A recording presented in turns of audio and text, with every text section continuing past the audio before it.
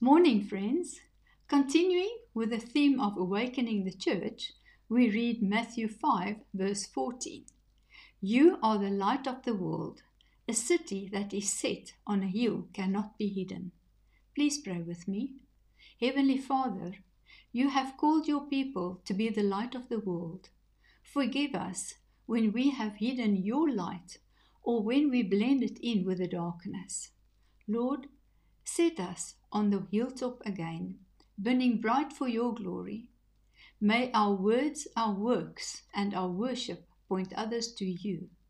Let revival shine through the church so that nations will see and come to know Jesus Christ as Lord. Father, remind us that we are not called to hide, but to shine. Make your church a beacon of hope in these days. In Jesus' name, amen.